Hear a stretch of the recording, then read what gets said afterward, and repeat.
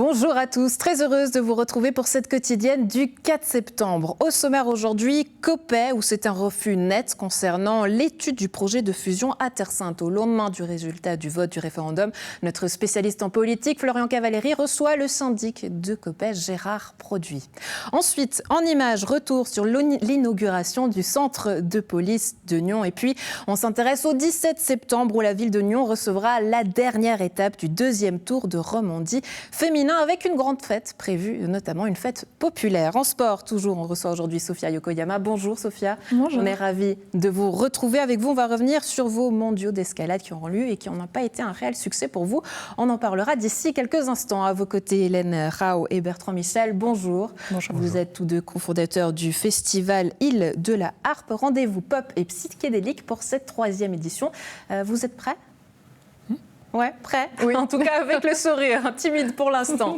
À Copet, je le disais, c'est un refus net concernant l'étude du projet de fusion à Terre-Sainte, avec 61% de non, soit 588 voix contre et 364 avis pour. Les compétents ont ainsi refusé le crédit d'étude de 21 000 francs pour une fusion des 8 communes. On peut dire, Florian, c'est une claque. C'est justement la première question que j'allais poser à notre invité. Gérard Produit, bonjour. Alors, bonjour. Est-ce qu'on peut parler de claque par rapport aux résultats de ce référendum? C'est clair que c'est un revers important. Maintenant, je dirais que 3 citoyens sur 5 qui disent qu'ils sont attachés à leur commune, qu'ils n'ont pas envie de fusionner, sachant que le message des référendaires disait si on fusionne, Copet disparaîtra, les impôts vont augmenter et les autres communes imposeront leur vision sur l'aménagement du territoire. La surprise, elle est que partielle, en tout cas en ce qui me concerne. Elle est que partielle, mais pourtant, Copet, c'est quand même la clé de voûte de cette fusion à 8. Il y a beaucoup d'infrastructures qui sont basées sur la commune. Il y a une gare qui fait partie du Grand Genève, qui est une porte d'entrée de ce Grand Genève. Qu'est-ce qui n'a pas marché? Qu'est-ce qui a failli auprès de la population? Si on doit faire notre mea culpa, probablement que dans la communication et notamment dans la préparation en amont, on aurait peut-être pu faire les choses autrement. C'est vrai qu'il y a une procédure qui est proposée par le département par rapport au processus de fusion. Il y a différentes options possibles. On a choisi l'option de ne pas commencer par un sondage auprès de la population parce que comme c'est un sujet émotionnel, on se disait mais si on commence par un sondage, quelles sont les questions? Elles risquent d'être orientées. Donc on a fait le choix de dire on fera le sondage pendant l'étude en fonction des travaux qui seront proposés. Et puis probablement que beaucoup se sont dit tiens, ça tombe comme ça du ciel, alors que ce n'est pas du tout le cas, on en parle déjà depuis quelque temps. Mais je pense que dans la méthodologie, il y a des options qui ont été choisies qui visiblement n'ont pas convaincu, puisque les opposants se sont aussi exprimés en étant surpris de la procédure ou de certains manquements. Dans certaines communes, les choses se sont passées un petit peu différemment. Voilà, dire ce qui a été fait faux, je pense qu'en termes de communication... Mais est-ce que vous avez sous-estimé ces opposants? Parce qu'à Copet, il y a une culture de l'opposition, notamment personnifiée par une personne, Martin Steib, pour ne pas le citer, pour ne pas le nommer. Il y a eu énormément de référendums, et puis beaucoup de référendums qui ont abouti. C'est toujours l'excuse classique, c'est de dire qu'un référendum, c'est une machine à dire non. Alors, la réalité, c'est que sur les 4 ou 5 référendums, on va dire que j'ai subis, il y a un seul qu'on a remporté. Et le parallèle que je fais, chaque fois, les 4 qui ont été emportés par le comité référendaire, chaque fois, le message était le même. C'est « si on fait ce projet, vos impôts vont augmenter ». Et on sait que dans la région, je prends acte, la commune de Copet, dès qu'on parle d'argent, dès qu'on parle d'impôts, là, il y a tout de suite une levée de bouclier. Donc c'est un sujet délicat. Alors justement, la mobilité, les impôts, les infrastructures, c'est tout ça que cette étude devait éclaircir. En vue du regard de la somme modeste qui était engagée, 22 000 francs, sauf erreur, pourquoi ne pas être passé par une compétence municipale pour faire ce projet d'étude? Et puis ensuite que les compétents, que les habitants de Terre-Sainte votent directement sur une convention d'études, soit sur un processus qui engagerait ces 8 communes dans une fusion. Oui, alors il y a une petite subtilité au niveau de la procédure. En fait, ce qu'il faut savoir, au contraire de ce qui s'était fait il y a une dizaine d'années, puisqu'en 2010, on a déjà vécu ce processus, en fait, aujourd'hui, le canton participe financièrement aux frais, donc il prend à sa part, à sa charge, 50%. Mais les autres 50%, le canton demande à ce qu'ils soient soumis en crédit.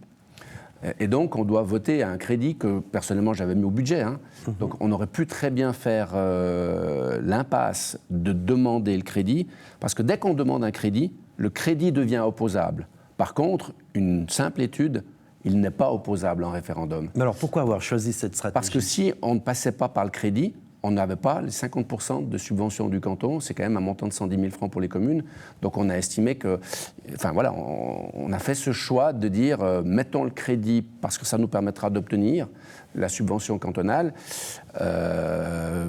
C'est clair que si on ne l'avait pas fait aujourd'hui, le référendum n'aurait pas pu avoir lieu.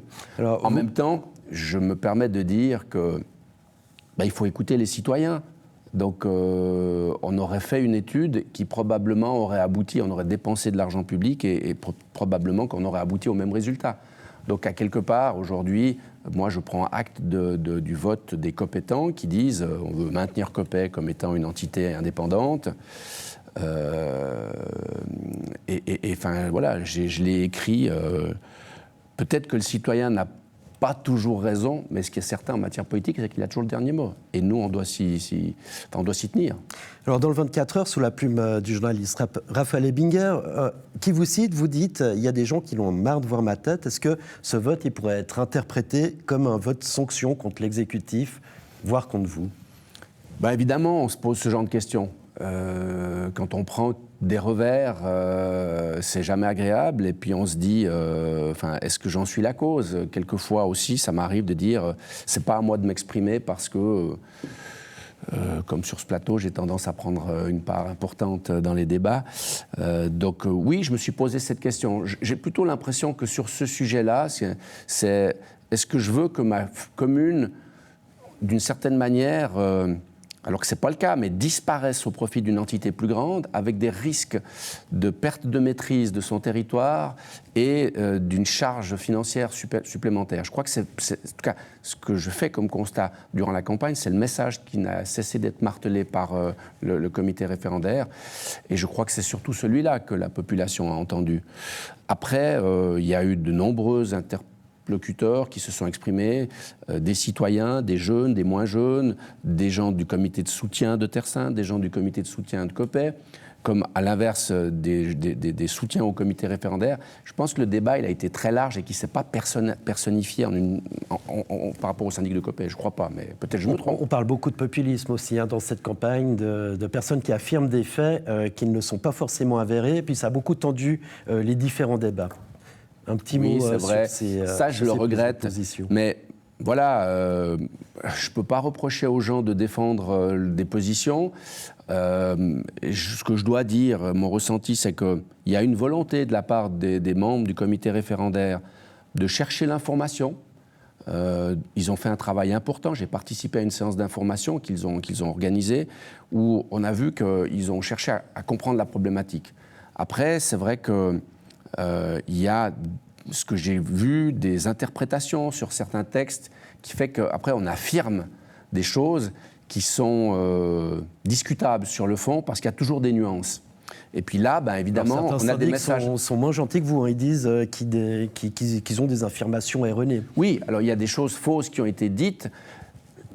Certains, je le dis probablement volontairement, par rapport à d'autres, je pense notamment à deux personnes du comité référendaire qui ont été les chevilles ouvrières, où je les ai trouvées plus modérées, même si je leur ai dit, vous avez affirmé des choses qui sont totalement fausses.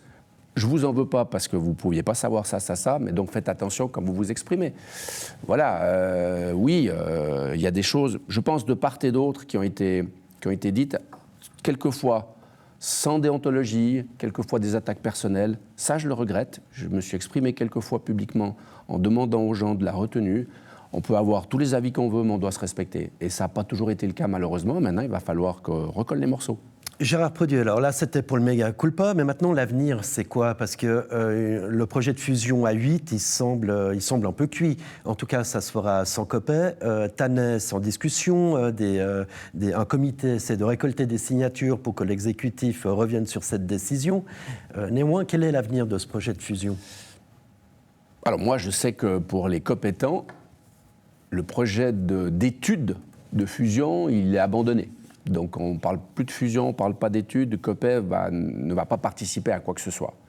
Il y aura prochainement une séance à laquelle je ne serai probablement pas convié. Mais probablement qu'est-ce les syndics ont envie de poursuivre? Et il leur appartiendra. Donc je sais qu'il y a 6 communes aujourd'hui qui ont un vote positif de leur conseil. Donc l'exécutif doit mettre en pratique les décisions prises par le conseil, même s'ils les ont portées.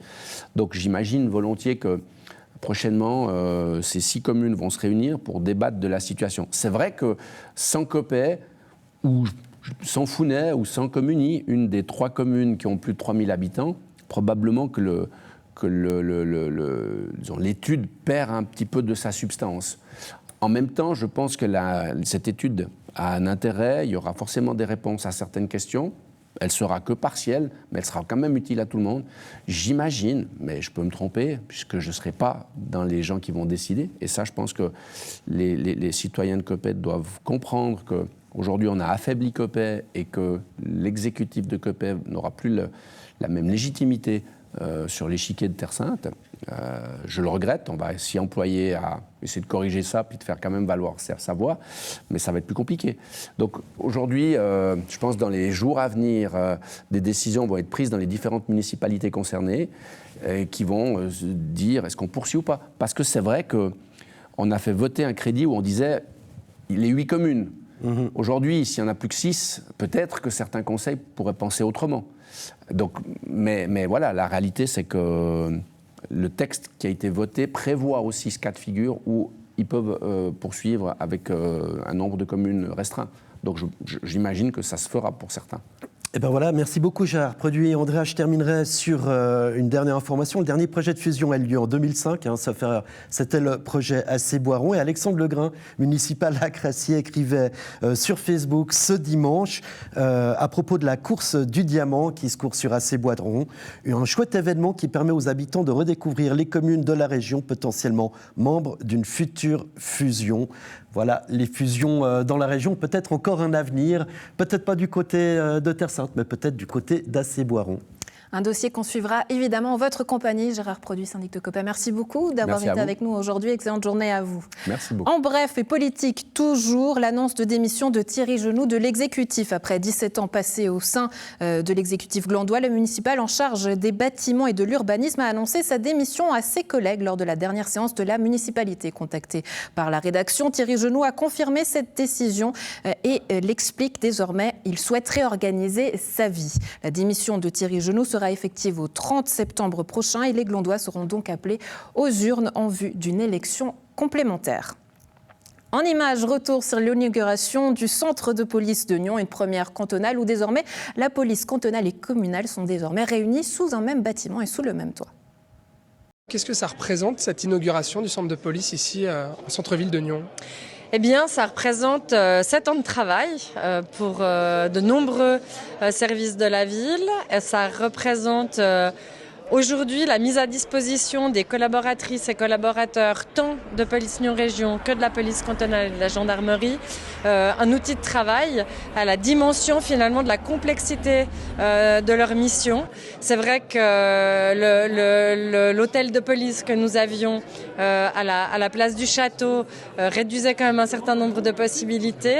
C'était des conditions de travail qui étaient difficiles et aujourd'hui, voilà, c'est non seulement un formidable outil de travail pour nos collaborateurs, mais c'est aussi un merveilleux lieu d'accueil pour la population. Finalement, la population ne fait pas de différence entre la police communale et la police cantonale, ne fait pas de différence entre les uniformes. Ce qui compte pour la population, c'est qu'on ait une police qui soit efficace, qui soit efficiente. Et puis ici, on a une matérialisation de cette police coordonnée. C'est un acte répété de plaisir, puisqu'on a déjà pu intégrer ce bâtiment de manière opérationnelle le 13 juin.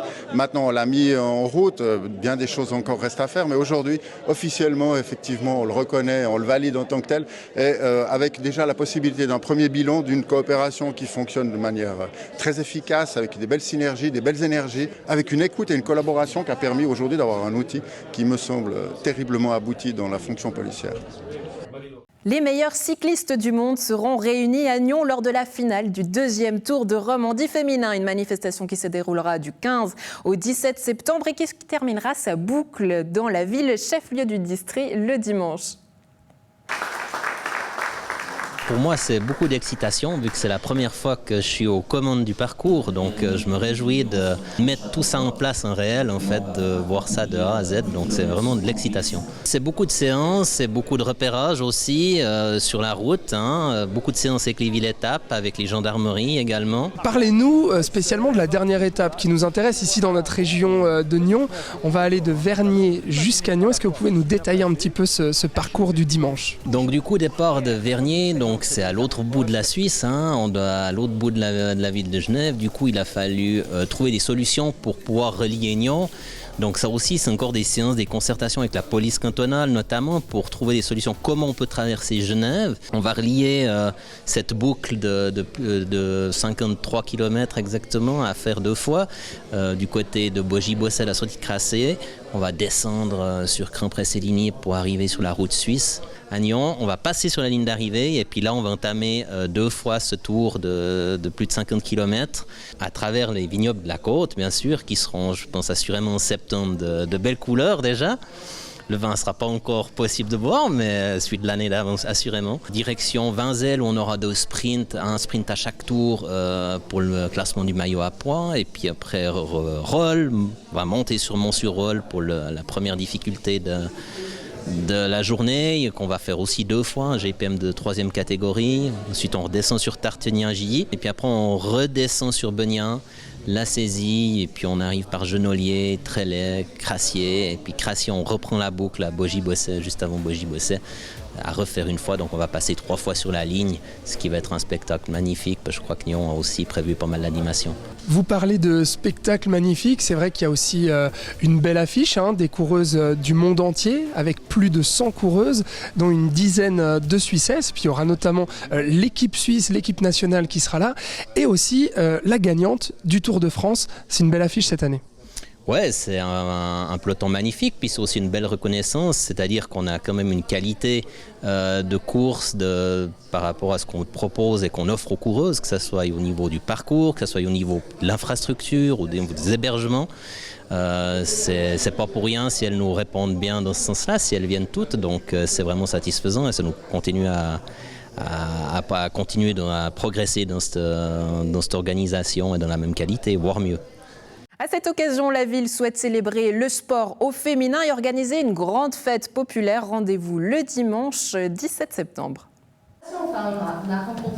Alexandre Démétriades, qu'est-ce que ça représente pour la ville de Nyon d'accueillir ce Tour de Romandie féminin et pourquoi est-ce que la ville a-t-elle souhaité y participer? D'un côté, c'est naturel parce que Nyon est une région qui se prête particulièrement bien au vélo entre le Léman et le Jura. C'est naturel aussi parce que l'histoire de Nyon est liée au cyclisme. On peut penser au fait que le créateur du Tour de Romandie à la base est un Nyonnais en 1947 et qu'on a eu à Nyon le Critérium des années 30 aux années 60 qui était un concours de cyclistes professionnels très, très important. Mais c'était aussi pour nous une belle opportunité puisqu'il s'agit du Tour de Romandie féminin en particulier et que la ville a l'intention justement de développer. Elle fait déjà toute une série d'actions pour renforcer le sport pratiqué par les femmes, mais elle a vraiment l'intention de renforcer cette politique et c'est pour cette raison qu'elle a mis 2023 sous le signe de l'année du sport féminin et que le Tour de Romandie sera un peu ce point d'orgue de cette année de différentes actions. Un événement très populaire avec beaucoup de monde autour du vélo, du sport et de la culture, mais pour mettre en avant la pratique du sport par les femmes. On a décidé entre 10h et minuit d'organiser vraiment toute une fête autour de ce Tour de Romandie. Donc il y aura évidemment des moments où la route sera bloquée parce qu'il y a le passage des coureuses, mais il y aura aussi toutes des zones d'activité, disons, entre le parc du Bourg de Rive et la Grande Jetée, où on prévoit de déplacer le Festival des sports qui normalement a lieu à Colovray à Rives, où les associations pourront présenter leur sport et puis même faire tester différentes activités.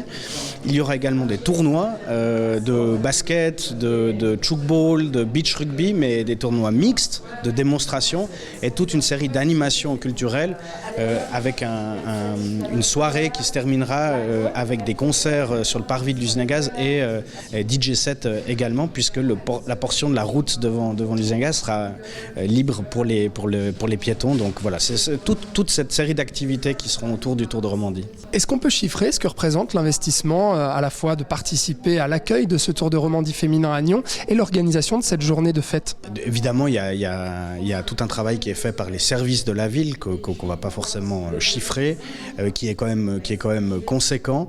Mais il y a un budget d'environ 210 000 francs pour cette journée, mais toute une série de partenaires qui soutiennent la ville de Nyon. Donc ce n'est pas la ville de Nyon qui paye 210 000 francs pour cet événement. On a toute une série de partenaires privés, mais aussi médiatiques et autres, qui nous apportent un soutien très précieux pour cette journée exceptionnelle. Place à notre invitée sport, Sophia Yokoyama. Je vous en prie, venez me rejoindre sur ce plateau. Avec vous, on va revenir sur les mondiaux d'escalade qui n'auront finalement pas été un succès pour vous à Berne début août. Alors, on vous accueille aujourd'hui parce que vous avez pris un petit peu de temps pour vous, pour digérer tout ça. Est-ce que les vacances ont aidé et ont fait leur petit effet, Sophia? Oui, du coup, j'ai pris 3 semaines plus ou moins off, là. Et puis, c'est sûr que ça aide à digérer et comprendre ce qui s'est passé, puis plus analyser. Mais du coup, là, je retourne gentiment à l'entraînement et je me prépare pour la saison prochaine. Ouais, l'objectif pour vous, c'était de vous qualifier pour les demi-finales. Aujourd'hui, en regardant justement en arrière, qu'est-ce qui s'est passé lors de ces mondiaux? Ce qui est dur avec le sport et puis la grimpe en général, c'est que même si le résultat est plus ou moins bas dans le classement, ça ne montre pas nécessairement comment je me suis sentie et comment j'ai grimpé. Au final, je suis quand même assez satisfaite de comment la compétition s'est passée en général. J'ai bien grimpé, mentalement, ça s'est tout bien passé. C'est juste, au final, les blocs, je les ai pas enchaînés. Et du coup, le classement est finalement assez bas. Mais avec le temps, je me suis dit, en fait, au final, ma performance n'était pas mauvaise. Juste, c'était dur à digérer sur le moment, sachant que c'était les championnats du monde à Berne. Ouais, on vous voit retrouver ce sourire, ça fait plaisir. Et permettez-moi de vous poser une question qui est aujourd'hui difficile à vous poser. Mais est-ce que la grimpe, c'est réellement un sport pour vous? Parce qu'on le voit, lorsque vous êtes face à des compétitions comme ça importantes, c'est souvent l'échec. Ouais, du coup, je pense que c'est le gros combat avec les sportifs en général, c'est de trouver un peu la bonne mentalité au bon moment. Et il y a des choses que tu peux contrôler, et il y a des choses que tu ne peux pas contrôler. Et puis en grimpe, il y a énormément de choses que tu ne peux pas contrôler. Surtout, je suis plutôt petite. Et puis les blocs, parfois, ça ne te convient pas, c'est pas ton style ou quelque chose comme ça. Et du coup, c'est juste des choses avec lesquelles tu dois vivre et puis repartir à l'entraînement pour revenir un peu plus fort dans ces choses où je suis moins forte. On voit toujours ces images qui sont impressionnantes. C'est à chaque fois du spectacle quand on vous voit à l'image. Est-ce qu'aujourd'hui, vous avez retrouvé le plaisir de grimper? Vous avez repris les entraînements? Alors, je pense que je ne perdrai jamais le plaisir à grimper. Juste, là, ça a pris un peu plus de temps à me dire j'ai envie de retourner à grimper, sachant que ça s'est pas trop bien passé la dernière compète. Mais au final, j'adore toujours grimper. C'est juste maintenant, je prends un peu plus de temps à me mettre à l'entraînement à fond. Mais sinon, grimper en général, c'est toujours cool, c'est toujours amusant et j'aimerais toujours, je pense. Les JO de Paris 2024 sur lesquels vous avez dû mettre une croix. Pour la suite de vos perspectives sportives, c'est lesquelles du coup? Du coup, là, c'est toujours performer en bloc, en Coupe du Monde, compétition internationale et tout ça. Les JO, je me suis dit, il faut faire les 2 disciplines, sachant que les championnats du monde, j'ai même pas réussi à performer dans ma discipline, ça sert absolument à rien de m'ouvrir à une deuxième. Et du coup là, c'est vraiment de me concentrer sur le bloc, vraiment arriver à un niveau où j'ai envie d'arriver dans cette discipline, puis après voir peut-être 2028 à LA. Ouais, toujours avec l'envie de représenter l'équipe suisse, Sophia? Oui. Ouais, ce serait toujours la Suisse. Et du coup, aux États-Unis, vous nous dites? Ouais, là, les JO 2028 seront aux États-Unis en 2028. Du coup, à voir si je grimpe toujours à haut niveau à ce moment. Mais Sophia Yokoyama, merci beaucoup d'avoir été avec nous. Une excellente journée à vous et à très bientôt. À vous. Au revoir. Au revoir. Et on ouvre à présent notre page culture avec nos invités suivants. Hélène Bertrand, je vous en prie, venez me rejoindre sur ce plateau. Avec vous, on va parler de la 3e édition du festival Île de la Harpe. Pour cette édition, pop et psychédélique sont au rendez-vous. Bonjour, on est ravis de vous avoir. Alors déjà, pour les gens qui ne connaissent pas ce festival, on va voir quelques images de l'édition précédente 2022, je crois. Ce festival, qu'est-ce que c'est, Hélène ?